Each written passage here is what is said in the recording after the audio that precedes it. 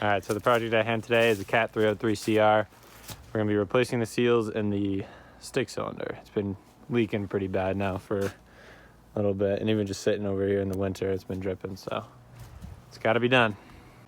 So first up, we took this nut out of the pin retainer. We're gonna knock the pin out of here and then undo the hydraulic lines and then hopefully push the cylinder back and forth in order to drain the cylinder of whatever fluid's in it. All right, so got that retaining pin totally out, and what I did is I undid both the hydraulic lines and then just manually pushed the cylinder in and out with holding up a bucket to the hydraulic lines, and it actually pooped out quite a bit of fluid, as you can see. So now what's up next is we're gonna try and undo this end cap here with a pipe wrench, and then once we get that apart, we can get this cylinder into two pieces and then try and take it apart some more. So now we just got the pin holding it in there temporarily while I try and undo this end cap. And hopefully this pipe wrench doesn't just strip it.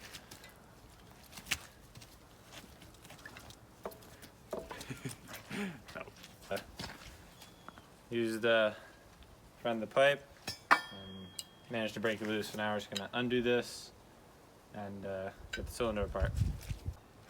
So now we got the end cap off. We're still pinned in at the back, so now in theory we should be able to just yank this thing out of here, and hopefully there's not too much fluid at the back end. Oh, there's a lot. Alright, that's good.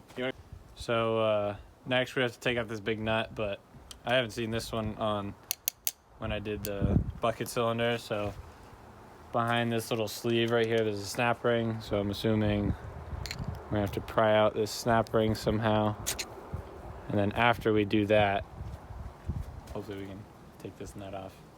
Oh. So after getting that snap ring out, we could get that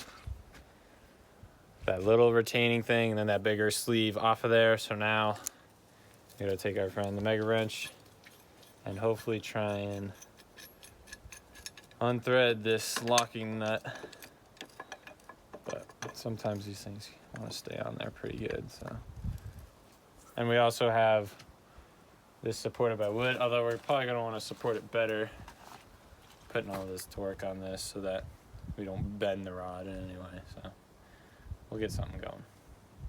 So the locking nut actually wasn't that on that tight, so once we get this off, we can slide this portion of the piston off and then that cap, and then we'll be able to put our new seals on. So for the most part, replacing the seals is pretty straightforward. If you just take a picture before and after, you should be all right. One tricky part can be getting this wiper seal off, and what I did is literally just take a wood chisel, and you can kind of trying your best not to scratch the metal. Put it right between there, give it a few taps with a hammer. So that's working itself out. And then also the, I forget what it's called, but the main seal that holds most of this pressure, I got it soaking in some warm water right now, just so it's pliable. And with the pressure, this lip facing the pressure. But other than that, mainly straightforward. The other tricky one can be this, whatever, I don't even know what this is. And it goes right in the middle there over the rubber one, which when I did this on the bucket cylinder, I had to just, like, it won't stretch, so you have to kind of like deform it over there. And then what I used was some hose clamps and like tightened it down so it would fit back in the cylinder, but I'll show you more on that later. So finished putting on the seals. As you can see, we had to stretch out this middle one a little bit, which hopefully can be salvaged by just putting a pipe clamp on. Like if we were to try and put this back in the housing in the actual rod, when it's on the rod, it just won't fit in, so we have to like squeeze that down temporarily.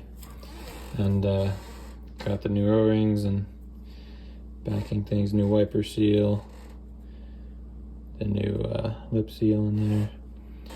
And one thing that we did to hammer down the wiper seal is put a socket right over top it and then just tap that down on in. Like I said. So I guess now we're pretty much ready for putting it back together. So I'm just gonna spread some grease around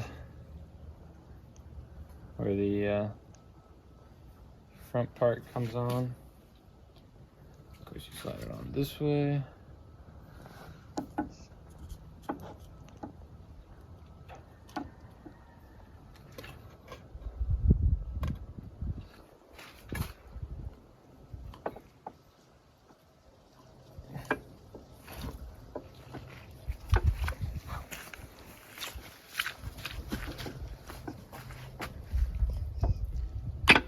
There it goes.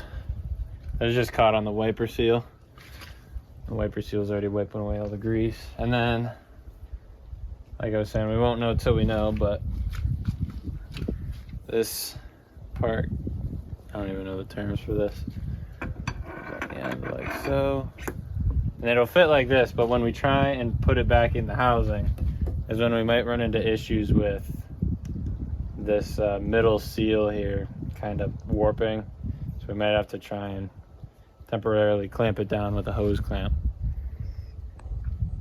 Yeah.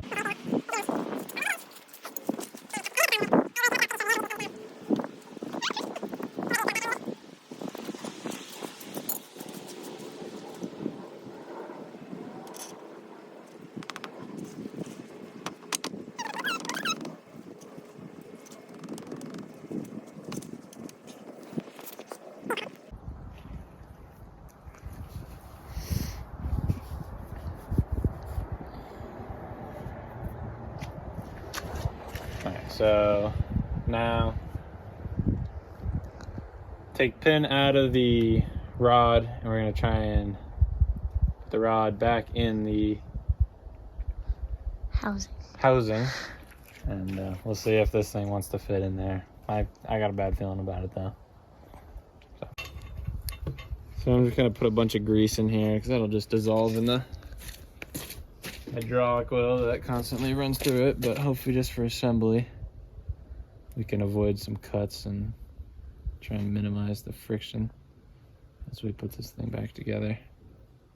And also just in the threads, hopefully to avoid some corrosion on that too. We'll do that later, but just mainly right where that lip is in the barrel.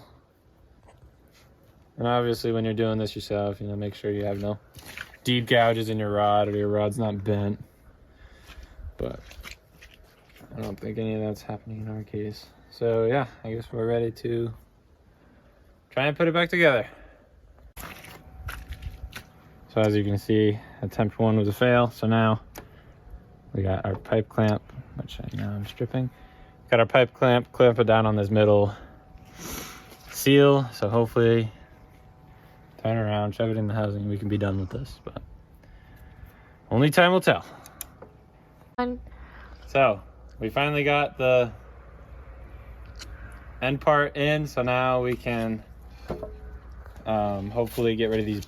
Actually, we'll keep the blocks, thread this into the housing, and then we'll suck that in, pin through it, backing back on, and then we'll hook up the hydro lines and be done.